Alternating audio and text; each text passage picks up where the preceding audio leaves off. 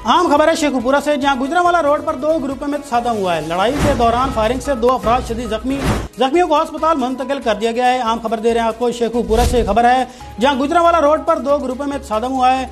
लड़ाई के दौरान फायरिंग से दो अफराद जख्मी हो गए हैं। जख्मियों को अस्पताल मुंतकिल कर दिया गया है। मजीद इस बारे में जानते हैं अपने नुमाइंदे अनवर अली से। जी अनवर अली, बताइएगा, पुलिस की जानिब से कोई कार्रवाई अमल में लाई गई है?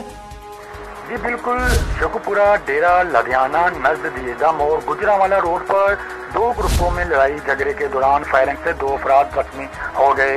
रेस्क्यू 1112 शेखुपुरा की इमदादी टीम ने मौका पर पहुंचकर जख्मियों को तिब्बी इमदाद देने के बाद डिस्ट्रिक्ट हेडक्वार्टर हॉस्पिटल मुंतकिल कर दिया है। फायरिंग से जख्मी होने वालों में मोहम्मद अरशद वल्द दीन मोहम्मद उम्र 29 साल और दीन मोहम्मद वल्द रहमत अली उम्र 60 साल शामिल है।